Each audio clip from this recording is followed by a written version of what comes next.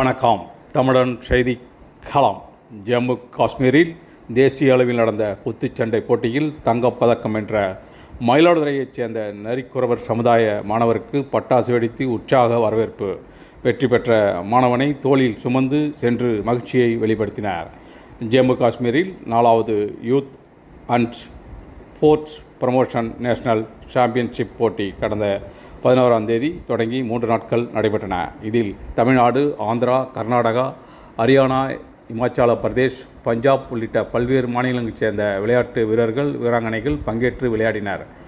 இதில் 13ஆம் தேதி நடைபெற்ற குத்துச்சண்டை போட்டியில் 19 வயதிற்கு உட்பட்டோருக்கான பிரிவில் தமிழ்நாடு சார்பில் மயிலாடுதுறை மாவட்டம் மயிலாடுதுறை பல்லவராயன்பேட்டை நரிக்குறவர் குடியிருப்பில் வசிக்கும் வீர சிவாஜி என்ற மாணவர் கலந்து கொண்டு இறுதிப் போட்டியில் பஞ்சாப் வீரரை எதிர்கொண்டு மோதி வெற்றி பெற்று தங்கப்பதக்கம் பெற்றார். வெற்றி பெற்று சொந்த ஊர் திரும்பிய சிவாஜிக்கு பல்லவராயன்பேட்டை கிராமத்தில் அச்சமுதாய மக்கள் நூற்றுக்கணக்கானோர் சாலையில் திரண்டு பட்டாசு வெடித்து இனிப்பு வழங்கி மகிழ்ச்சியை வெளிப்படுத்தினார். மேலும் வெற்றி பெற்ற மாணவனை சாலையில் இருந்து வீடு வரை தாங்கள் தோளில் தூக்கி சென்று மாணவரின் வெற்றியை கொண்டாடி மகிழ்ந்தனர்.